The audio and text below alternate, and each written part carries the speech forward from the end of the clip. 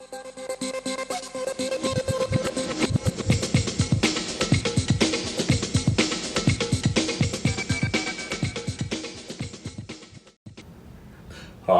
welcome to the Partner Business Technical Support team. My name's Phil and I'll be providing you a quick introduction into how you can go about fault finding the hardware components of your CBUS system. In this example, I'll be using a scenario in which a wall switch or a key switch within a room isn't actually turning those lights on within that room. The easiest and quickest thing to do in checking or just doing a basic check is to have a look at the indicator on the actual key switch itself. If that indicator isn't turning on and off, like isn't coming on and off, that's typically a good indication that the CBUS network doesn't have power, or that particular portion or that cable going out to that key switch has been broken in some way. There's another way of actually seeing, if you do suspect that power has been lost on the CBUS network, the next point to check would be one of these indicators here. Now I'll just quickly show you what a network with no power could look like. Now this is going to be subjective to each site and each fault, but this is a clear indication to you what you'd expect. So what I'll do is I'll just turn that circuit breaker off, and as you can see there are no LEDs, nothing is appearing on the actual board, so that's a quick indication that there's no CBUS power on that network. So I'll just turn that back on. Another really quick check, and this doesn't require taking off any boards or anything like that, is if you know that that light to that particular room is connected to channel 1 of the universal dimmer, just press that channel override, make sure that LED comes on. Now because we're using a universal dimmer and we don't have any loads connected, you'll see that that's flashing. What you'll probably find and typically find is that will stay on solid. Now if that doesn't come on solid and you've done that, that could be an indication of something going wrong as well, or there could be a lockout or something like that on that particular channel as well. But what you should see in, let's just say 90% of the cases, is that that light should now turn on. If you're finding that by pressing that channel override and that light doesn't go on, and let's just say for example previously it used to, let's just say it's not now, it's a good indication that there's something wrong with that light fitting. Could be a blown bulb, it could be, the ballast has gone faulty, could be or could be a host of different reasons. Seeing that we've just activated one of the channel overrides, I thought it'd be a good idea just to quickly explain some of the different changes that you'll see within the distribution board. Like I said before, just to go over, what we've done is we've basically pressed this particular channel override to turn the lights on, just to make sure that the lights are actually coming on. What you will notice is that this unit LED here is flashing. Now, if you ever find that unit LED is off, that typically means that there's a power outage. If it's flashing like this, it's an indication that an override has been engaged. Now there are two types of overrides that will produce that. The first one is what we've just done, which is a channel override, and that's just basically done by pressing that key switch on and off. And to cancel that, so if you ever come across a site with this, that unit LED is flashing, quick way of checking to see if it's the local channel override, just press and hold one of these key switches, or one of these local channel overrides, for 2 seconds approximately, and you should find that unit LED comes on solid. If it doesn't come on solid at this particular point, what you have is a hardwired override. Now a hardwired override is basically when you either connect the CBUS green and green white to CBUS negative, or you connect CBUS brown and CBUS brown white to CBUS negative. What that does is that if the green is connected to the CBUS negative, it turns on all the lights.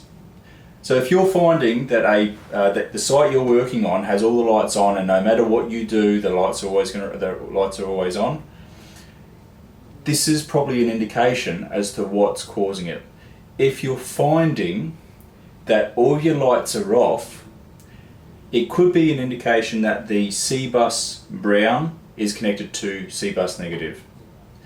Now, with that, you'll probably find that all this is, you know, all the lights are on, everything seems to be working, but for whatever reason, none of the lights are on. This is typically, from my own personal experiences as to working in the custom call center, the main cause for it. Now, it can be a simple case that maybe another contractor has been working in the area and they've snipped the cable. That's typically the cause of it. Or another typical cause is when the RJ45s have been terminated onto the actual cable, they haven't been terminated correctly. So if you need more information about the terminations and whatnot, I think there should be an image within the video now. Also, you can refer to the CBUS basic workbook. That's got the diagram for the connections in there as well. So going back to the scenario in which we've got a key switch on a wall within a room that's not actually turning the light on and off, the next step we need to take in order to determine, you know, what's causing this issue is to have a look at the actual CBUS network itself. So we've now determined that the CBUS network has power. You know, the dimmer does have control of the light via the channel overrides on the front of the unit. So these units here, well, these key switches here. The next step, like I said, is having a look at the CBUS comms. Really easy to check this too, by the way. All you need to do is just have a look at that CBUS LED indicator. If that is on solid, that's a good indication that CBUS network comms are good. And you could pretty much rule that out. And it could just be a case of, you know, some programming that's sort of gone askew or something like that. So I'll just quickly give you an overview as to what this LED really indicates and what are some of the other indicators it can produce. So if this LED here is flashing, what that basically means is that the CBUS power is marginal. So it might be worth just throwing a couple of an additional power supply onto that network, just to see whether that helps. Good idea to have a spare power supply with maybe a 240 volt plug, which you can just plug into and quickly connect to the CBUS network, just to see whether that fixes things, because that's a real quick way of determining, let's just say, the majority of faults that you're likely to encounter. The next the next type of indication it can give is if it's completely off. If it's completely off, it can mean one or two things. Like the unit LED, could be an indication that there's no CBUS power whatsoever. Now, typical causes: a contractor that's working in the same area could accidentally cut the cable, causing all your CBUS network to either, you know, lose its power, or a short has occurred on that CBUS line itself. So if the CBUS solid blue and solid orange is connected to CBUS orange white blue white, that short could cause your entire CBUS communication bus to drop out.